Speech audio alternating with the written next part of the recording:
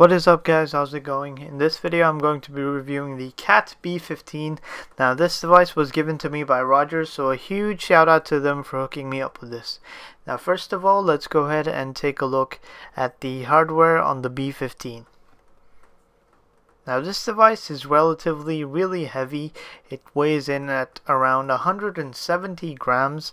Although it's not really long in length, it is pretty wide and it does seem pretty heavy and bulky in the hands.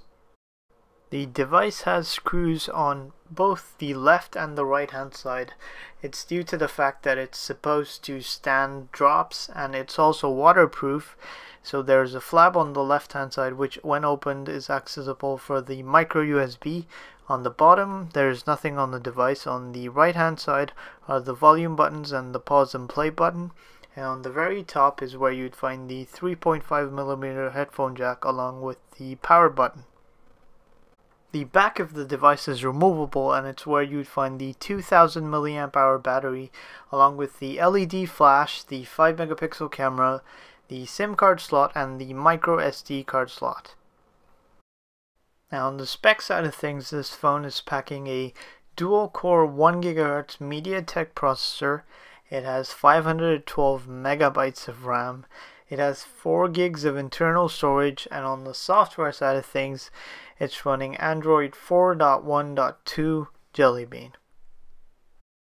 The B15 has a 4-inch screen with a pixel per inch density of 233.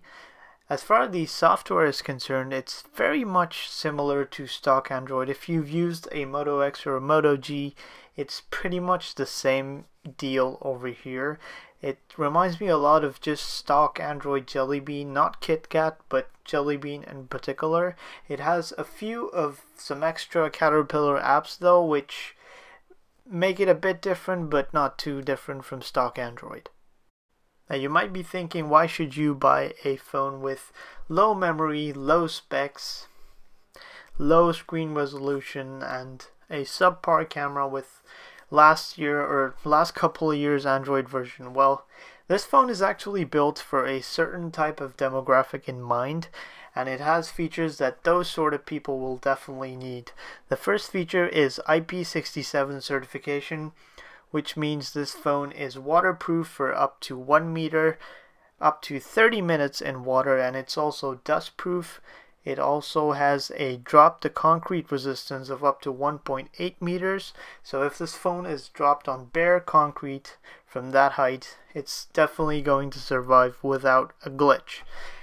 The phone also has military standard certification, which makes it resistant to many other things such as salt, dust, humidity, rain, vibration, solar radiation, and even thermal shocks.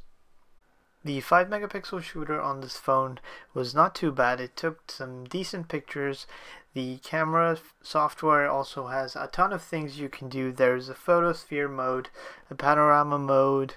You can also shoot videos. There's also a front-facing VGA camera, and I overall found the camera software to have tons and tons of options. Now, due to the low-end specs on this device, you might feel it actually underperforms. However, that was not the case when I was using this for a review. It handled any app pretty much flawlessly. It was very smooth and fluid. Multitasking was also very good. Although I did find some places to be a bit choppy and a bit laggy, but I didn't really come across lag a lot. It was just from time to time when I was handling a lot of apps at once, but overall it ran pretty much perfectly. Now this phone is actually great for people who have heavy duty jobs, people who are into building and breaking stuff, for example construction workers. They are going to love the ruggedness, the durability, the sturdiness, and all these certifications on this device. However, a regular average Joe consumer who has a Galaxy S4 or Galaxy S3 and wants to upgrade to something else will definitely not be satisfied with the Caterpillar B15. Anyways guys, that's pretty much it for this review.